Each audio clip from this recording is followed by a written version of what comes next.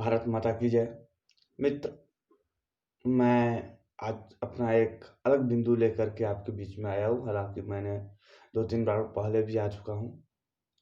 आज का जो मेरा विचार जो है, वो ये है, जो आरक्षण से आखिर भला किसका होता है? थोड़ा शुरू से लास्ट तक अवश्य सुनना, क्योंकि इससे हो सकता है आप भी जागृत हो और मुझे आपके जागृत होने से कुछ फ़ायदा नहीं, लेकिन मैं चाहता हूँ राष्ट्र भी जागे। राष्ट्र की जागना, राष्ट्र की भला होना प्राथमिकता है हम सभी का, और ये चीज़ तो हम सभी को निभाना ही होगा। आज अपना देश भारत जो है वो बहुत ही छोटा है, अखंड भारत नहीं है, खंडित भारत है। क्योंकि यहाँ से पश्चिम पाकिस्तान चला गया, बांग्लादेश चला गया, म्यांमार चला गया, भूटान चला गया, नेपाल चला गया, अफगानिस्तान चला गया। यानी आप जब देखोगे तो हिंदू पंडित जब संकल्प दिलाते हैं तो वहाँ पे जम्बू द्वीप बोलते हैं। जम्बू द्वीप एज फॉर रूस से लेकर के, यानी इस द्वीप में जितने भी है, ये द्वीप सबसे बड़ा द्वीप है। चलिए, भारत गुलाम रहा मुगलों से, अंग्रेजों से और अन्य देशों के लोगों से। अब ये आज़ाद है। अब इस आज़ादी में क्या हुआ? इस आज़ादी में भारतीय संविधान बना। संविधान बनने के पश्चात एक वो संविधान जो है कुछ कानूनों का समूह है, जहाँ से यहाँ की प्रजाओं के को नियमबद्ध चलाया जाता है।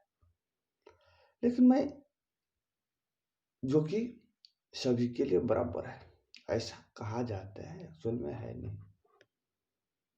अब बताओ, यहाँ पे संविधान बना और वहाँ पे एक आरक्षण की के बारे में कुछ बताया गया 16वां खंड में, धारा 330 से लेकर के और 42 तक। शायद वो आरक्षण का दौर इसलिए चालू हुआ, आरक्षण इसलिए चालू हुआ क्योंकि जो कुछ लोग पिछड़े हुए हैं वो आगे बढ़े। लेकिन ऐसा हुआ नहीं, वो और पीछे ही चले गए। यही दुर्भाग्यपूर्ण है। 42वां संशोधन में यहाँ के कई लोग थे, हर प्रांत से लोग आए हुए थे, और वो सभी संविधान निर्माण किए। उसमें से 2-4 लोग ऐसे थे जिसका प्रमुख योगदान था, जो 7 समितियों में से उन लोगों का कुछ दायित्व था उन समिति के अंतर्गत, जिनमें राजेंद्र प्रसाद, सर्वपल्ली राधाकृष्णन, डॉक्टर अम्बेडकर, जवाहरलाल नेहरू आदि लोग प्रमुख थे।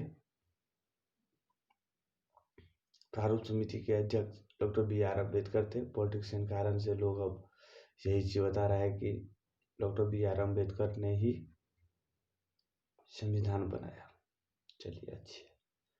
यहाँ पे एक एक्ट आया 1942 में, जो 10 साल के बाद में ये संशोधन होकर के और सभी के लिए बराबर हो जाएगा। उस टाइम में आरक्षण का प्रावधान आया 1947 में, जब संविधान बना, यानी 50 में जब लागू हुआ, 52 में जब प्रथम बार चुनाव हुआ था, उस समय की चर्चा है। लेकिन वो आरक्षण आज तक हर बार यही चीज कहा जाता है, अगले 10 साल, अगले 10 साल, अगले 10। अरे यार, ये हो क्या रहा है? कुछ तो होता होगा। अब मैंने आज ये वीडियो बनाया, उससे पूर्व मैं एक फोटो देखा ट्विटर के माध्यम से। वहाँ पे उत्तराखंड सरकार के द्वारा कुछ शिक्षकों, कुछ लोगों का नियुक्तिकरण था। उसमें मैंने जो कुछ देखा वो मेरे हृदय को झकझोर कर दिया, और मैंने उसी आशा से आया हूँ कि आप लोग जागो, वरना आप किसी काम का नहीं हो। मैंने एमकॉम किया हूँ, कुछ तो नॉलेज होगा। दुर्भाग्यपूर्ण ये रहा कि मैं घर पे बैठा हूँ, कुछ एग्जाम भी दिया सरकारी, लेकिन सेटिस्फाई नहीं हुआ। उस उत्तराखंड सरकार का जो पेपर जो था, जिसमें उन्होंने नियुक्तिकरण के लिए कुछ शर्तें रखते हैं अप्लाई करने की, उसमें जो था, जो एक सवर्ण जेंट्स के लिए 75.68% मार्क जरूरी है, यानी उतना उनको आना चाहिए। 75 यानी 76 नंबर आएगा तो वो सरकारी नौकरी योग्य होंगे। जबकि एक एससी की लड़की को 10 नंबर आएगी तो वो योग्य 11 नंबर आ जाएगी तो उसे सरकारी नौकरी हो जाएगा। यानी उधर यदि 75 आया तो नहीं, अब इधर 11 आया तो हो गया। अब हम लोग गांव में एक्चुअल में रहते हैं, तो गांव की मैं प्रथा बताता हूँ। गांव में जिसे नौकरी हो जाता है वो बहुत समझदार होते हैं। ऐसा चीज गांव में चल रहा है। तो मेरे मित्र, अब आपसे मैं पूछना चाहता हूँ, आप अपना जरा दिमाग लगाओ। जो 76 पे सवर्ण को हो रहा है और 11 पे एससी की लड़की को, तो अगर 75 नंबर किसी सवर्ण को आया और 11 नंबर एक लड़की को आया जो कि अनुसूचित जनजाति से है, नौकरी अनुसूचित जनजाति को हो गया 11 नंबर वाले को, 75 नंबर वाले फाइल। अब मैं आपसे पूछना चाहता हूँ, दोनों में से सफल कौन है, बुद्धिमान कौन है? ये चीज बड़ी झकझोर करने वाली है। किसी को 10 नंबर पे, किसी को 13 पे, किसी को 14 पे और किसी को 76 पे। ये सरकार कौन सी बराबरी का माप ला रहा है भाई? अगर आप सोए रहोगे तो आने वाले समय में ऐसा भी होगा जो आप फॉर्म ही नहीं भरोगे। कुछ फॉर्म तो ऐसा रहता है जो 750 रुपया जो है वो सवर्ण को फीस लगेगा, नॉर्मल सभी को लगेगा और ऐसी कोई भी नहीं। वो हमारे समाज का एक हिस्सा है। लेकिन गवर्नमेंट को ये भी ध्यान में रखना चाहिए कि सवर्ण भी समाज का ही हिस्सा है।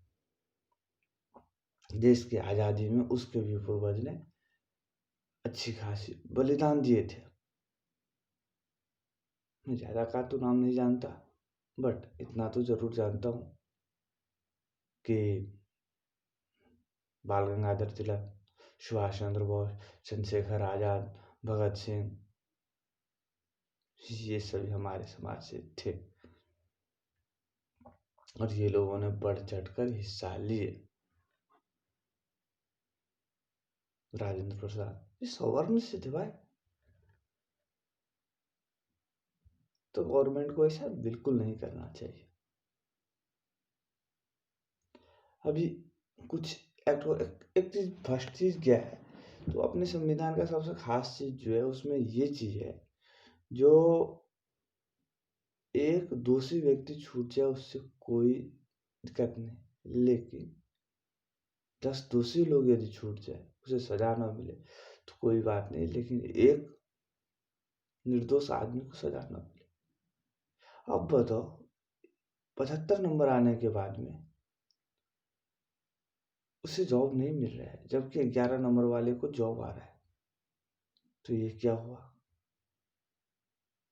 बोलना पड़ेगा। अगर आप नहीं बोलोगे, आप नहीं जाओ, वैसे भी आप सोए हुए इंसान हो, चाटुकारिता आपके अंदर सबसे ज्यादा है, आप भक्त बन जाते हो, चमचे बन जाते हो।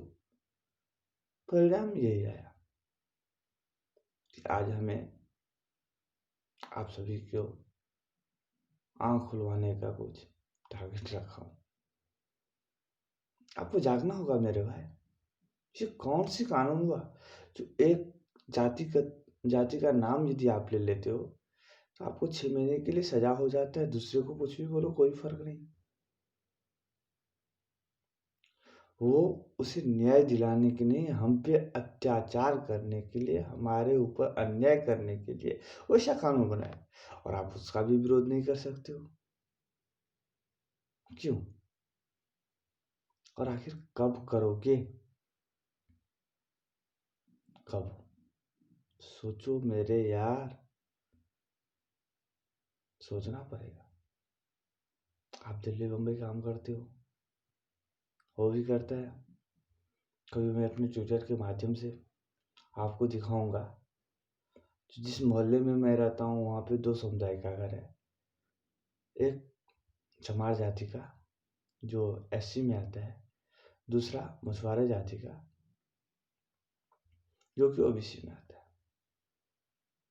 ओबीसी का घर भी मैं दिखाऊंगा और एससी का भी घर दिखाऊंगा। आपको बिल्कुल नजर में आ जाएगा कि देश में हो क्या रहा है, किस तरह से समस्या है और जनरल में क्या हो रहा है। नहीं तो उसके पास अब जमीन बचा है, नहीं तो पैसा है। एक बाबाजी का टुल्लू है, मैं सवर्ण। सरकार भी सवर्ण दुर्जन का खेल कब से लाए।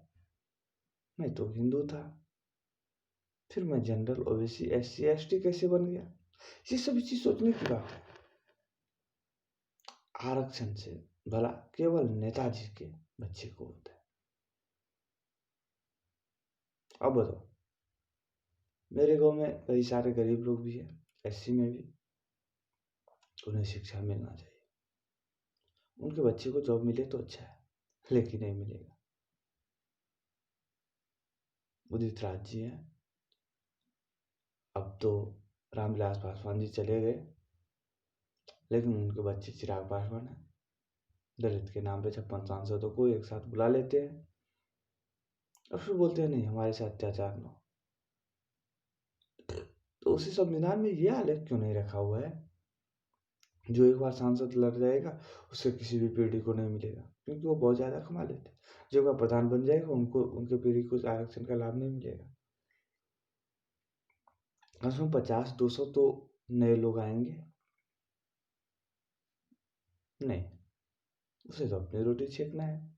उसके पीछे पीछे हम लोग चींटी की तरह दौड़ते हैं।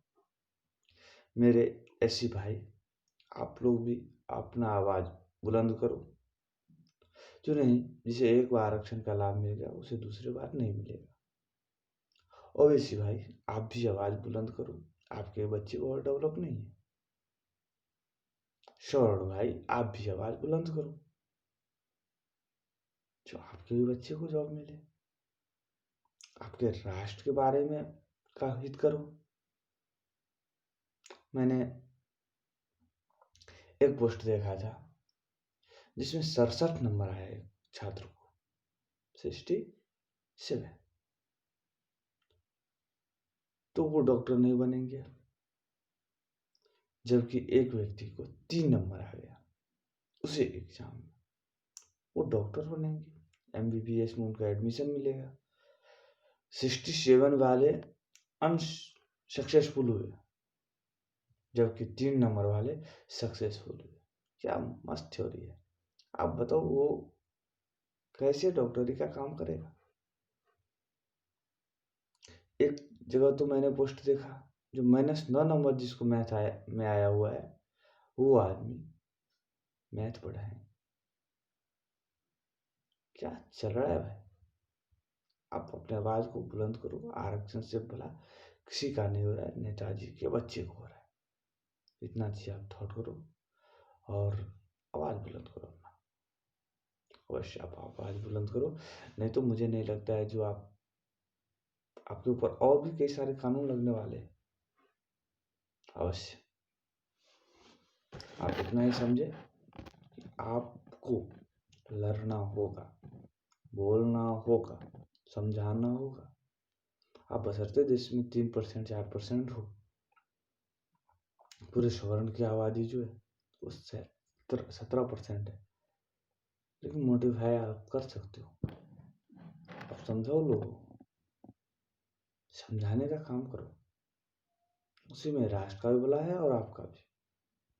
जय हिंद, वंदे मातरम।